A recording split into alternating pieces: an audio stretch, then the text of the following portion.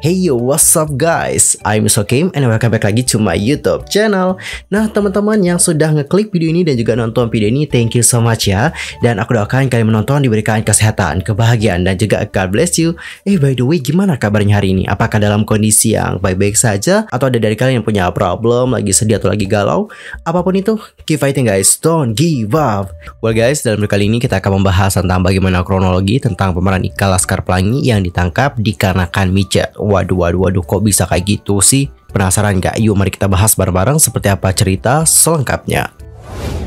Guys, baru-baru ini pemeran Ikal dalam film Laskar Pelangi yakni Zulpani Pasha ditangkap nih dikarenakan dugaan penipuan menggunakan platform kencan yang namanya itu adalah micet. Selain pria berusia 26 tahun itu, Polres Belitung Timur juga menetapkan 2 orang lainnya, termasuk istrinya yang berinisial PA. Seluruh tersangka juga telah ditahan nih. Polres tempat juga menangkap 5 orang dalam kasus ini, dengan 2 orang lainnya masih berstatus sebagai saksi. Saat dikonfirmasi oleh media, beliau menjelaskan bahwa seluruh tersangka tengah dalam proses lebih lanjut. Saat itu mereka masih di Polsek Gantung dan akan segera dibawa ke Polres Belitung Timur. Baik Zulpani dan istrinya diketahui melakukan penipuan nih lewat micet di saat diperiksa. Pelaku disebut melakukannya dikarenakan kebutuhan dan akhirnya mencoba untuk menjaring laki-laki hidung belang untuk berkencan dengannya senilai Rp500.000.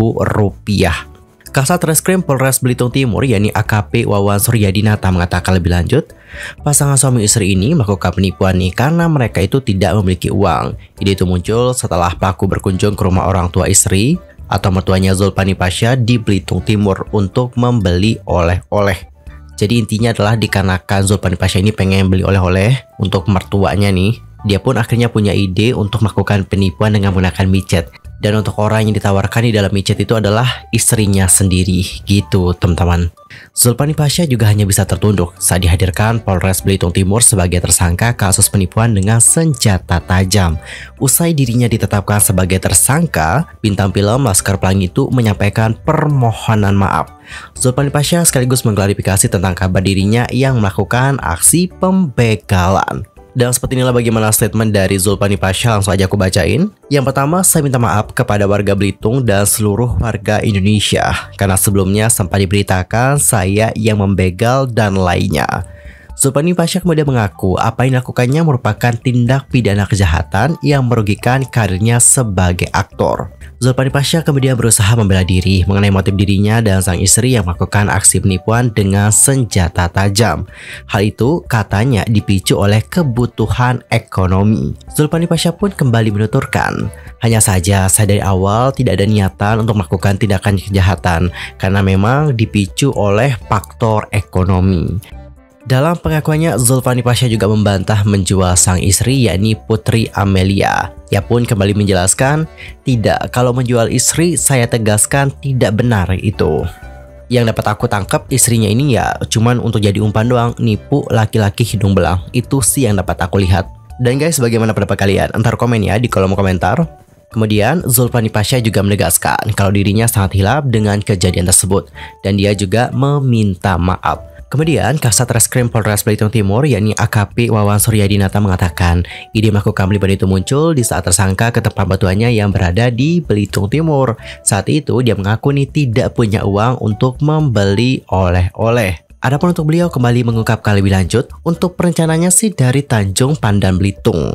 Yang bersangkutan belum kerendahan hal ini. Tetapi setelah sampai di Genting Apit baru terpikir karena tidak ada barang yang dibawa. Usut penyusul, Zulpani dan istri bukan hanya ditetapkan sebagai tersangka dikarenakan melakukan penipuan. Sementara sopirnya yang bernama A ditangkap dikarenakan kepemilikan samurai. Waduh, serem ya. Laporan kasus ini juga dilakukan oleh korban yang bernama Rocky ke Polres Belitung Timur. Rocky juga bahkan menyebut sempat diacungkan senjata tajam oleh Zulpani. Zulpani dan rekan-rekannya ditangkap pada Sabtu tanggal 29 April dini hari.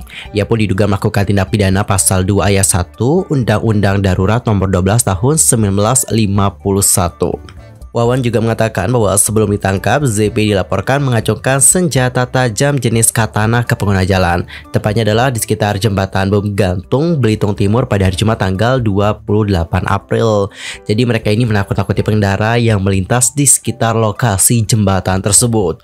Waduh, kok nakut-nakutin orang, ini lagi buat konten prank atau gimana nih? Seorang warga yang melintas dan merasa terancam kemudian melaporkan kejadian tersebut ke personel yang berjaga di pos pengamanan operasi Ketupat Menumbing 2023 Polres Belitung Timur di Kecamatan Gantung, Belitung Timur.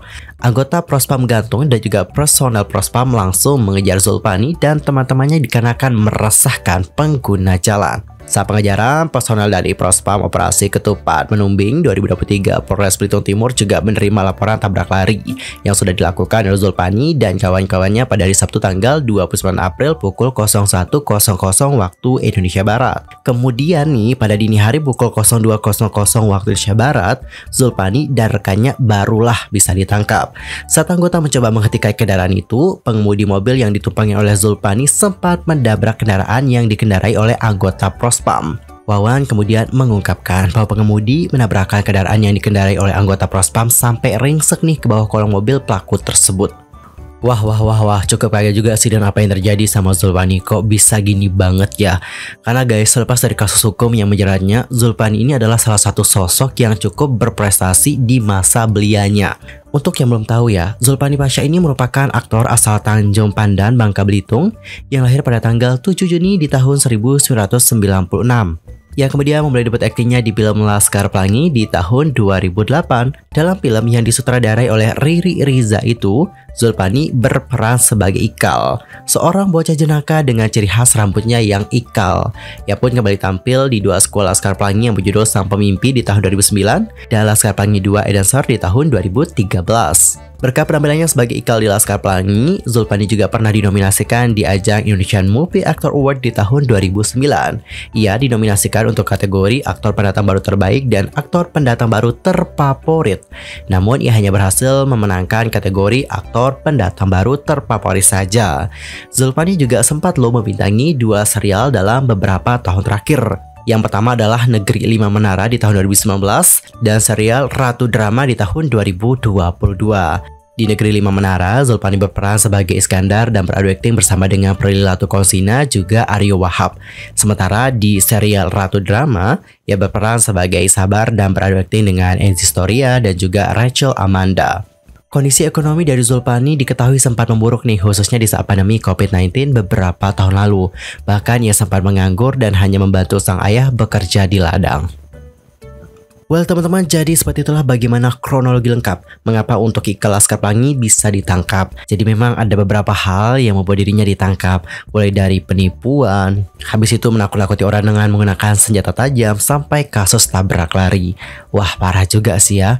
Dan guys, bagaimana pendapat kalian? Nanti langsung aja sampaikan di kolom komentar.